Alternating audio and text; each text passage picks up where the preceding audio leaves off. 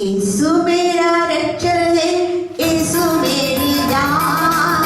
यीशु मेरा रक्षक है, यीशु मेरी जान। हमने उसके बालक और हमको है अभिमान। हमने उसके बालक और हमको है अभिमान। प्रभु यीशु, प्रभु यीशु, प्रभु यीशु, प्रभु यीशु, प्रभु यीशु, प्रभु यीशु, प्रभु यीशु, प्रभु यीशु। प्यार का मंदिर है ये प्रभु यीशु का घर। प्यार का मंदिर है ये प्रभु यीशु का घर। साथ हमारा पालनहार कैसे हमको डर। साथ हमारा पालनहार कैसे हमको डर। तारों से भरा हुआ लगता है आसमान। तारों से भरा हुआ लगता है अभिमान। हमने उसके बालक और हमको है अभिमान। प्रभु यीशु, प्रभु यीशु, प्रभु यीशु, प्रभु यीशु, प्रभु यीशु, प्रभु यीशु, प्रभु यीशु, प्रभु यीशु। यीशु मेरा रक्षक है, यीशु मेरी जान। यीशु मेरा रक्षक है, यीशु मेरी जान। हमने उसके बालक और हमको है अभिमान। हमने उसके बालक और हमको है अभिमान। प्रभु यीशु, प्रभु यीशु, प्रभु यीशु, प्रभु यीशु, प्रभु यीशु, प्रभु यीशु, प्रभु यीशु, प्रभु यीशु, प्रभु यीशु, प्रभु यीशु, प्रभु यीशु, प्रभु यीशु, प्रभु यीशु, प्रभु यीशु, प्रभु यीशु, प्रभु यीशु। प्रभु आप लोगों के साथ हो और आपके आत्मा के साथ में। संत लूकस के अनुसार पवित्र सुसमाचार। प्रभु की जय।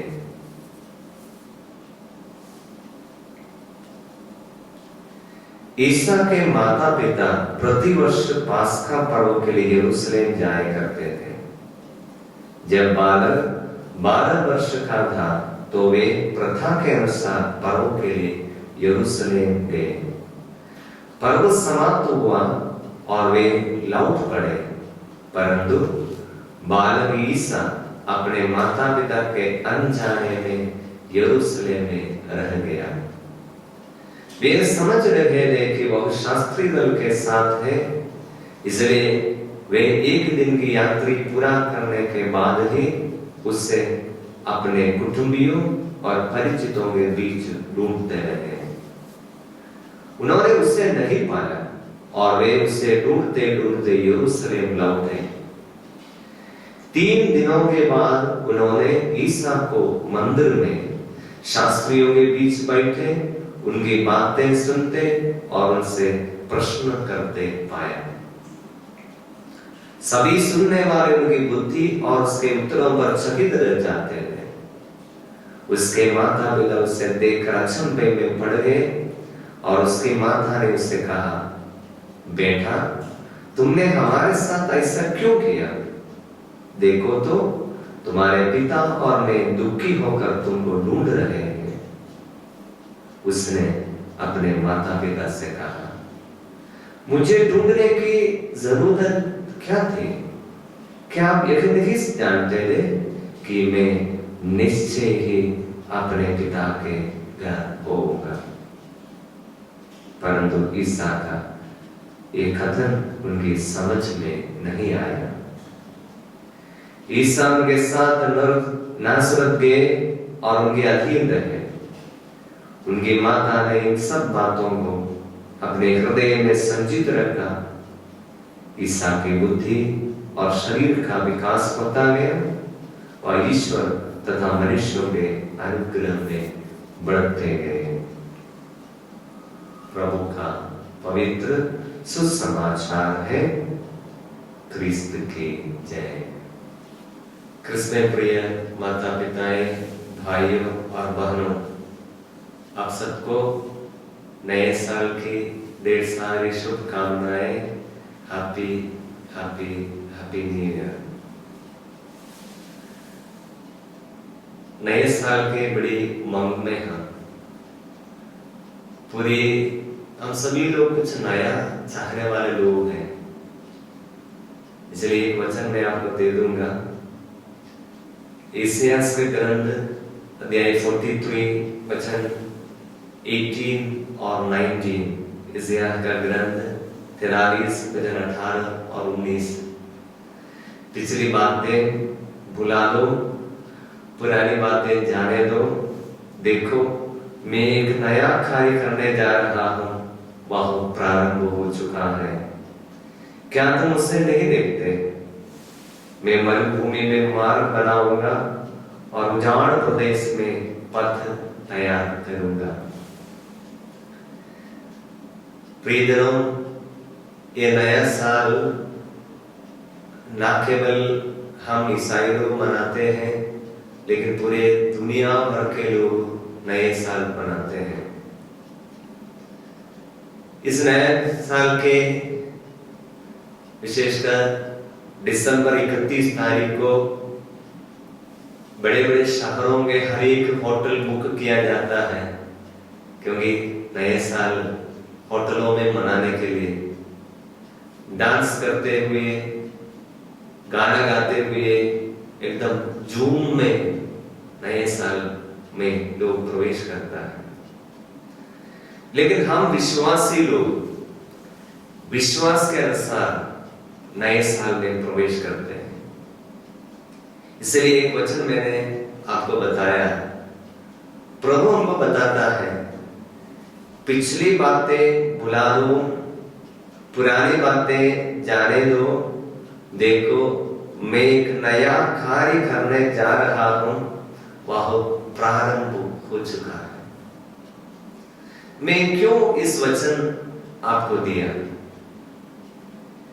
क्योंकि जितना मेरा छोटा परिचय है लोगों से मिलने का, रिट्रीट सेंटर में सेवा करने का, पारिश में जाकर साधना चलाकर लोगों से इतना अनुभव है, काउंसलिंग द्वारा मुझे जानकारी मिला है। मैं जानता हूं बहुत सारे लोग अक्सर आगे की ओर इसलिए बढ़ नहीं पाता है क्योंकि पीछे की ओर देखते रहते हैं। काफी लोगों के मनुष्य में पीछे की काफी बातें उसको पीछा करता है, इसका टेंशन में डालता है, उसका दर्द पैदा करता है, इसलिए आगे बढ़ नहीं पाता है। काउंसलिंग में आने वाले लोगों से बात करते समय में मैंने अनुभव किया, सभी लोगों के मन में एक बहुत बड़ी दुख भरी कहानियां छिपी हुई है। शायद किसी को बोलने का मौका नहीं मिला होगा और कोई सुनने के लिए नहीं हो, या कोई समझने वाला कोई ना हो। लेकिन आज हम ईसाई लोग नए साल में प्रवेश करते हैं बहुत बड़ी उम्मीद के साथ। 2021 में हमारे साथ में बहुत सारी बातें घटी है। हमारे जीवन में शायद कुछ कमियां आई होगी, हमारी कमजोरियों की वजह से कुछ पाप में शायद हम गिर पड़े होंगे। लेकिन प्रभु, हम कितना भी पापी हैं, कितना भी बुरा हो, प्रभु हमको पापियों को बुलाने के लिए आया है। प्रभु हमें पापियों के पक्ष लेने वाले हैं। इसलिए हम बाइबल में देखते हैं यीशु के बारे में लोगों की शिकायत यही था, ये पापियों के साथ बैठते हैं और खाते पीते हैं। इसलिए हम विश्वास करने वाले यीशु मसीह पापियों के साथ तो चलने वाले हैं, उनका उद्धार करने वाले हैं।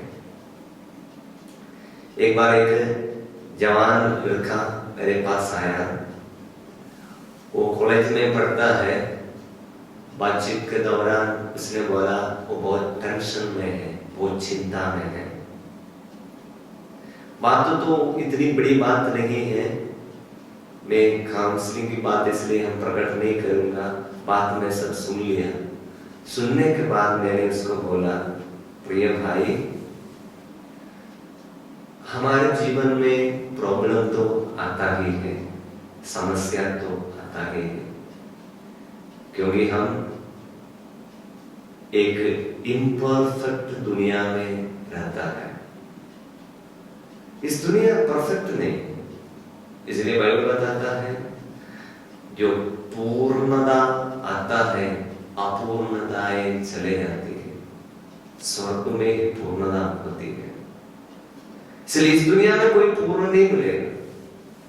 यदि इस दुनिया में कोई सब कुछ पूर्ण मिल जाता है तो ये आज हमारे पास एक मोबाइल है, कुछ देर के बाद नए टेक्निक का नया मोबाइल नहीं आता था, क्योंकि वो पूर्ण हो जाता था। और बड़े और नई तकनीकों का नई चीजें आज हमारे हाथ में है, बाजार में आता है। एक शख्स का एक छोटा सा उदाहरण है, इस दुनिया अपूर्ण है। मैंने इसको बोला, प्रॉब्लम हर एक मनुष्य के जीवन में है, वो प्रॉब्लम शैतान से आता है, ईश्वर नहीं देता है, क्योंकि ईश्वर भला है, ईश्वर अच्छा है। इसलिए स्तोत्र ग्रंथ में हम पढ़ते हैं, गॉड इज गुड, ईश्वर भला है, भला ईश्वर बुरा नहीं करता है। लेकिन शैतान हमारे जीवन में प्रॉब्लम देता है, लेकिन प्रॉब्लम किसी को नष्ट नहीं करेगा। समझने वाली बात है, प्रॉब्लम किसी मनुष्य को नष्ट नहीं करेगा, लेकिन प्रॉब्लम के साथ में शैतान उसके साथ 3 ऑफर भी देता है। मैं अक्सर ऐसे बताता हूं, जैसे बाजारों में जाएगा, बड़े शॉपिंग मॉल में जाएगा, हम कुछ खरीदने के साथ साथ हमको कुछ गिफ्ट ऑफर मिलता है, वो फ्री है। तो उसी प्रकार शैतान भी हमारे जीवन में प्रॉब्लम के साथ, परेशानियों के साथ 3 ऑफर देता है। वो ऑफर क्या है? दुख, निराशा, डर। दुख, निराशा, डर, ये 3 ऑफर है। मैंने उस लड़के को बोला, हमको प्रॉब्लम आते समय में उसके साथ शैतान कोई ना कोई 3 ऑफर देता है। ये लड़का, कुर्सी में बैठा हुआ एक लड़का तुरंत खड़ा हो गया और मुझे बोला, फादर, मैं एक ऑफर को ले लिया है, मैं बहुत दुखी हो गया है। प्रॉब्लम है, लेकिन प्रॉब्लम मुझे बहुत दुखी कर दिया। I have become depression. I have depression. बहुत उदास हो जाता है, दुखी हो गया है कि मन इतना छोटा हो गया है कि हम सोचता है हम उठ नहीं पाता है। इसलिए कुछ लोग जीवन के समस्या में, प्रॉब्लम में, शायद बीमारी हो सकता है, परिवार की में टेंशन हो सकता है, नहीं तो भविष्य के बारे में क्या करना है आपको मालूम नहीं है। प्रॉब्लम अलग अलग है, लेकिन प्रॉब्लम के साथ में जो कुछ लोग बहुत चिंता में हो जाता है, कुछ लोग बहुत उदास हो जाता है, कुछ कर नहीं पाता है, कुछ लोग एकदम निराश हो जाता है। इसलिए हर एक मनुष्य इस 3 शैतान देने वाले 3 ऑफर को, कम से एक ऑफर को सीरियस में लेता है।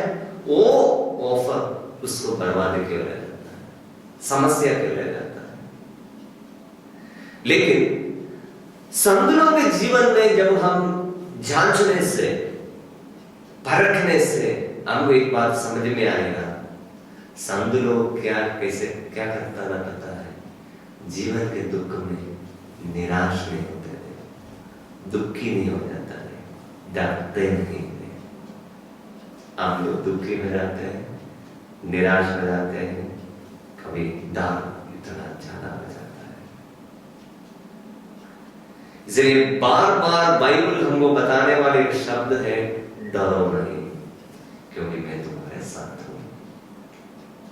क्रिसमस के दिन में हम पढ़ा है, शिष्य गब्रियल स्वर्गदूत चरवाहे को जाकर रात को संदेश देता है और बोलता है, डरिए नहीं, प्रभु आपके साथ है, डरिए नहीं। मरियम प्रभु का संदेश सुनने से तुरंत घबरा गई, तुरंत बोलता, मरियम डरिए नहीं क्योंकि प्रभु आपके साथ है। जीवन में कितना भी प्रॉब्लम है, याद रखना प्रभु हमारे साथ है, प्रभु हमको मदद करता है, प्रभु हमारी सहायता करता है। इसलिए जीवन के बीती हुई जीवन में या आने वाले जीवन में कुछ भी हो जाए, हम निराश नहीं होना है, दुखी नहीं होना है। इसलिए हमें क्या करना चाहिए, हम कभी कभी प्रॉब्लम को अक्सर बड़ा समझता है। मैं बोलूंगा एक मनुष्य की मूर्खता है, प्रॉब्लम को बहुत बड़ा समझता है, जैसा कि ईश्वर छोटा है। याद रखना, प्रॉब्लम छोटा है और प्रभु बड़ा है। अक्सर मैं इसे करता हूं, हमारे छोटे मन से सोचते सोचते रहने से हमारा छोटा प्रॉब्लम भी बड़ा हो जाएगा। हमको लगेगा कि प्रॉब्लम बहुत बड़ा है, लेकिन प्रॉब्लम को प्रभु के हाथों में देकर प्रभु को धन्यवाद देने से, किस प्रकार, प्रेरित चरित्र अध्याय 16 में संत पौलुस और सिलास को जेल में रखा गया है, अंदर गर्त में रखा गया है, जेल के एकदम इंटीरियर जगह पर। वे लोग क्या किया है, वे लोग वहां पर बैठकर रोया नहीं, चिल्लाए नहीं, शिकायत नहीं किया, लेकिन वे लोग वहां पर स्तुति गा रहे थे। किस पर, क्यों ये स्तुति कर सका? क्योंकि उन्होंने अपने प्रॉब्लम, जेल में है, बंदी है, जंजीरों से बंधा हुआ है, लेकिन प्रभु के हाथों में दे दिया।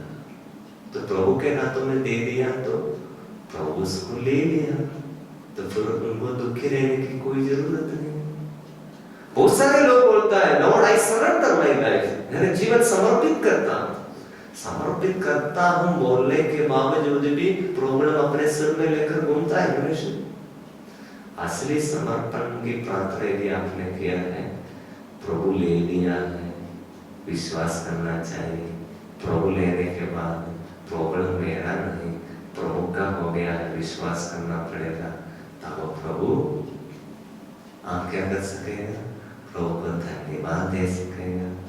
प्रभु को धन्यवाद, हमारे प्रॉब्लम के बीच में भी प्रभु को धन्यवाद देना हम सीखा है, प्रभु हमारे जीवन में आएगा, वो अपना ध्यान ले लेगा। उसको पता है हमारे जीवन को कैसे हैंडल करना है। इसलिए प्रियजनों, एक छोटा सा वचन इतिहास का ग्रंथ में हमको याद जाता है, जीवन की पिछली बात कोई भी हो, प्रभु बोलता है काफी बातें भुला दो, पिछली बात बहुत बुराई हुआ है लेकिन भुला दो। यदि आपने पाप स्वीकार किया है, प्रभु भूल गया है, आप याद नहीं रखना, पुरानी बातें जाने दो। देखो मैं एक नया कार्य करने जा रहा हूं और प्रारंभ हो चुका है। नए साल में 2022 एक साल हमसे बीत गया। इसका मतलब क्या है, यीशु के इस दुनिया में आने के बाद अभी 2022 साल बीत गया। ऐतिहासिक यीशु मसीह से हम 2020 साल दूर हो गया है। We have gone away from the historical person of Jesus 2022 years far. 2022 साल बदले की चरनी में जन्म लेने यीशु से हम दूर हो गया है। तो हमें क्या करना चाहिए, संस्कारों में उपस्थित यीशु के हमें और करीब आना है। संस्कारों में उपस्थित यीशु के पास हमको और करीब आना है, नहीं तो हम सोचेगा हम बहुत दूर हो गया है। इसलिए प्रिय जनों, हमें यीशु के करीब आने का एक अच्छा तरीका है, कलीसिया हमारे सामने रखने वाले संस्कार है। पाप स्वीकार संस्कार, मिसा बलिदान संस्कार, जिसको हम बार बार ग्रहण कर सकते हैं।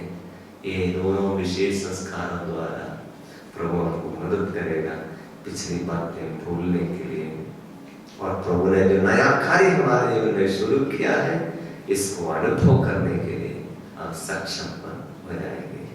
इसलिए आप रोज से प्रार्थना करेंगे 2022 साल हम सबके लिए एक नई उम्मीद की, नई आशा की, नई उमंग का साल हो। प्रभु आप सबको एक पूरे साल में आशीष दे। प्रभु की सानिध्य, प्रभु की उपस्थिति जो ईश्वर हमारे साथ है, हम अनुभव कर सकेंगे। प्रभु हमारे साथ रहेंगे, प्रभु हमें मदद करेंगे।